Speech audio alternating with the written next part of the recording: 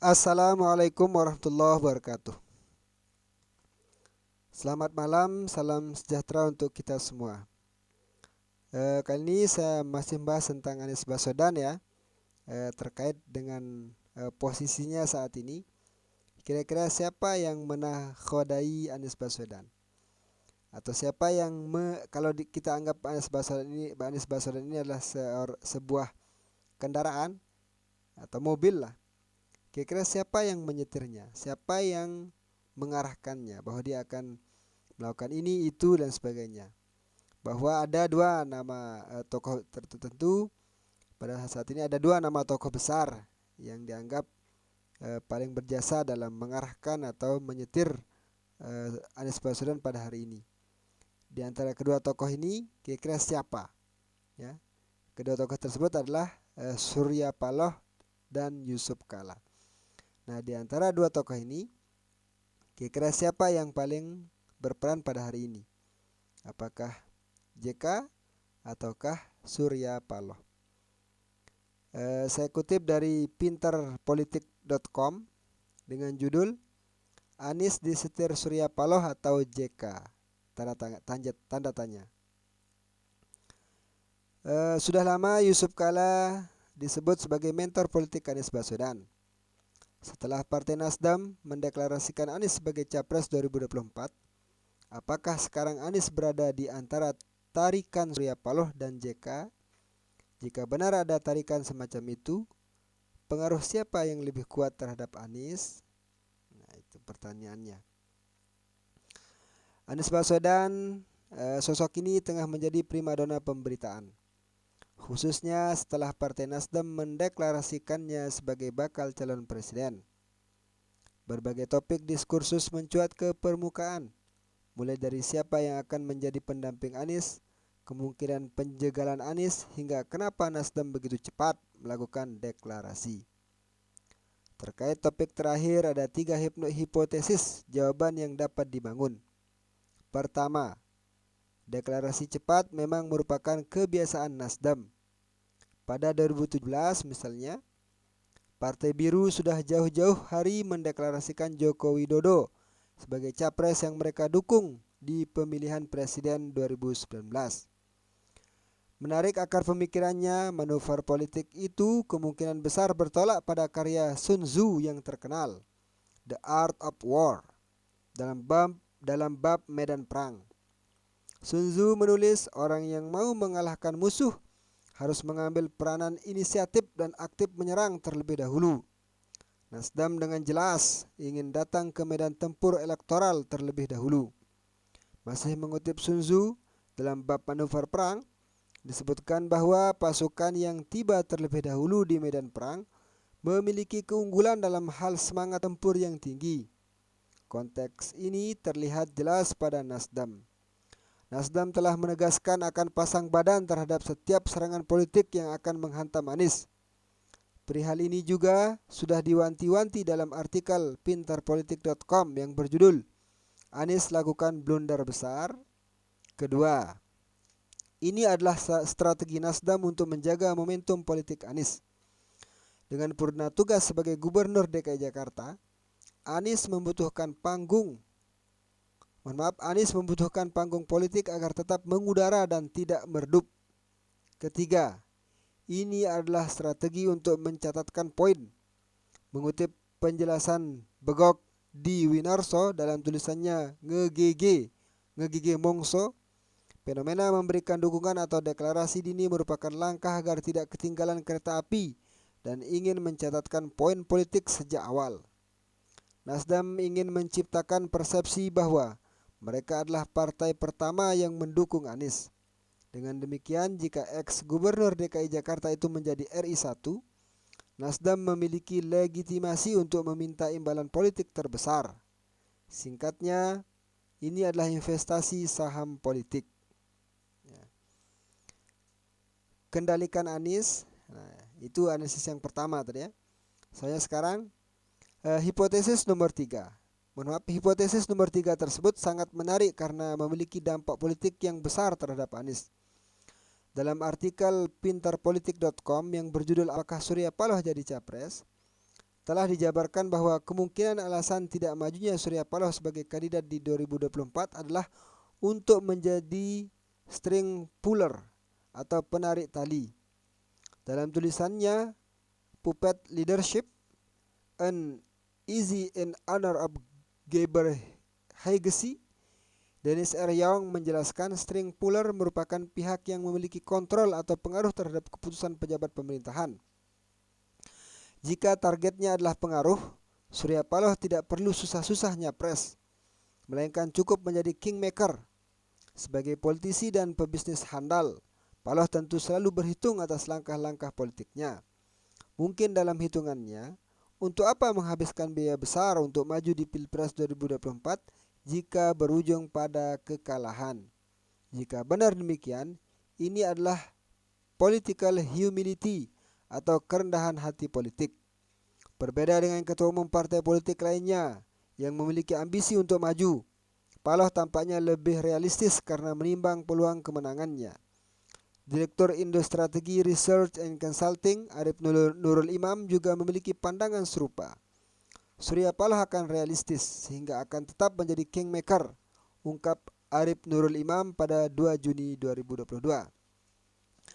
Jika Paloh menjadi string puller atau kingmaker Anies, maka analisis pengamat politik dari Universitas Al-Azhar Indonesia, Ujang Komarudin, tampaknya harus menjadi topik diskursus serius. Menurut Ujang, dengan menjadi partai pertama pengusung Anies, Nasdem dan Paloh telah mempunyai nilai lebih. Kembali mengutip Begok Dewi Narso, ini adalah strategi Paloh untuk mencatatkan poin terbesar terhadap Anies. Sedikit berspekulasi, mungkin Paloh tengah menegaskan bahwa saham politiknya di atas adalah yang terbesar saat ini. Terlebih lagi dibandingkan PKS dan Partai Demokrat yang disebut-sebut akan bergabung dengan mendukung Anies, Nasdem memiliki kursi yang lebih banyak. Nasdem memperoleh 59 kursi, Demokrat 54 kursi, dan PKS 50 kursi. Jika benar terbentuk dengan 163 kursi, koalisi ini berpotensi menjadi yang terbesar di Pilpres 2024. Lantas, apakah Surya Paloh akan menjadi penarik tali terkuat bagi Anies? Surya Paloh atau JK? Meskipun Surya Paloh dan Partai Nasdem telah mencatatkan poin besar saat ini, sekiranya itu bukan jaminan untuk menjadi pengendali terkuat bagi Anies. Dalam artikel pintarpolitik.com yang berjudul Anies Bidak JK di 2024, telah dijelaskan bahwa Anies memiliki hubungan politik yang begitu dekat dengan Yusuf Kala. Hubungan dekat ini bahkan diakui sendiri secara terbuka oleh Anies. Beliau orang tua kita dan hubungannya panjang, ungkap Anies pada 20 April 2021. Pak JK menempatkan saya sebagai bukan orang lain, melainkan sebagai keluarga, tambahnya. Keduanya merupakan alumni Himpunan Mahasiswa Indonesia, yang memang terkenal memiliki ikatan yang kuat. Kedekatan ini semakin kentara terlihat setelah JK secara terbuka mendukung Anies di pemilihan Gubernur DKI Jakarta 2017. Padahal sebagaimana diketahui, lingkaran istana khususnya Presiden Jokowi telah dari jauh-jauh hari menaruh dukungan kepada Basuki Cahayapurnama atau Ahok. Tidak hanya itu, JK juga beberapa kali memasang badan untuk membela kebijakan Anies ketika menjabat Gubernur DKI Jakarta. Itu misalnya ketika membela Anies yang mengeluarkan izin mendirikan bangunan untuk bangunan di Pulau D, yang pada saat itu menimbulkan banyak gejolak penolakan. Menariknya, narasi pasangan JK Anies untuk maju di Pilpres 2019 juga sempat beredar pada 2018. Narasi inilah disampaikan oleh CEO Riset Saiful Mujani Research Center, Saiful Mujani Research and Consulting, Jayadi Hanan pada 5 Juli 2018. Mark Vernon dalam tulisannya The Politics of Friendship memberikan catatan khusus terkait konsep persahabatan yang bermain dalam politik demokrasi. Mengutip filsuf Yunani kuno Aristoteles, Vernon menyebut perdebatan atas intervensi hubungan persahabatan dalam demokrasi telah menjadi perdebatan sejak era Yunani kuno. Persahabatan politik, political friendship antara Anies dan JK yang sudah terjalin lama merupakan ikatan yang kuat. Tidak berlebihan, kemudian berbagai pihak menyebut JK sebagai mentor politik dari ex-gubernur DKI Jakarta. Nah, kembali pada pertanyaan sebelumnya, adanya JK merupakan rintangan terbesar bagi Surya Paloh untuk menjadi string puller terkuat Anies. Jika bertolak pada deklarasi dini Nasdem, kecepatan deklarasi itu sekiranya kalah jauh dari dukungan politik JK terhadap Anies yang sudah terukir sejak lama. Terlebih lagi, bukan tidak mungkin terdapat peran JK di balik dukungan Surya Paloh kepada Anies.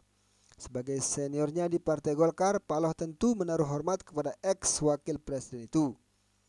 Pada akhirnya, mungkin dapat dikatakan saat ini Anies tengah berada di antara bayang-bayang Surya Paloh dan Yusuf Kala. Namun jika mengacu pada aspek psikologis, JK tampaknya memiliki pengaruh yang lebih kuat terhadap Anies. Seperti kutipan pernyataan Jean Chrétien di tulisan "Politics is a game of friends". Ya. Politik adalah sebuah permainan persahabatan. Itu para pemirsa terkait dengan siapa tokoh yang lebih yang menyetir Anies pada saat ini. Apakah Surya Paloh atau JK? Tentu kalau kita melihat dari segi kelembagaan, ya, dari segi parpol, ya, tentu yang menyetirnya adalah Surya Paloh. Apa maunya Surya Paloh, pasti itu dilakukan oleh Anies. Begitu juga kenapa saya lebih sepakat ke Surya Paloh? Kenapa? Karena meskipun Anies anggaplah Surya Paloh yang mengajari Anies, atau Surya Paloh yang memberikan arahan kepada Anies harus begini dan sebagainya, tapi kan itu percuma kalau tidak ada partai politik yang akan mengusung Anies Baswedan pada Pilpres 2024 yang akan datang. Itu kan tidak ada artinya, ya. Bagaimana tindakan politik Anies, bagaimana sebagainya, misalkan diajarkan oleh Pak JK, tapi tidak didukung oleh Partai Nasdem, itu nonsens sama sekali. Tapi tidak menutup kemungkinan juga mengapa Surya Paloh memilih Anies, berani mendeklarasikan Anies sebagai calon presiden. Tidak menutup kemungkinan itu adalah atas dasar saran dari JK, ya. Tidak menutup kemungkinan seperti itu, sebab antara JK dan Surya Paloh itu kan dekat secara pernah menjadi teman di Partai Golkar, ya. Anggaplah alumni Partai Golkar keduanya, dan sejauh ini mereka tidak memiliki permasalahan. Nah, bisa jadi artinya di antara kedua tokoh ini sama-sama sebagai setir. Mungkin nanti ada yang, kalau di pesawat ada yang bertindak sebagai pilot, ada yang sebagai kopilotnya. Cuma kita tidak tahu ini siapa pilotnya dan siapa kopilotnya. Silakan pemirsa sendiri yang menganalisisnya. Jangan lupa like, comment, and subscribe di kolom komentar untuk agar selalu mendapatkan informasi terupdate dari saya. Selamat malam, selamat beristirahat. Sekian, assalamualaikum warahmatullahi wabarakatuh. Jangan lupa like, comment, and subscribe. Bye bye.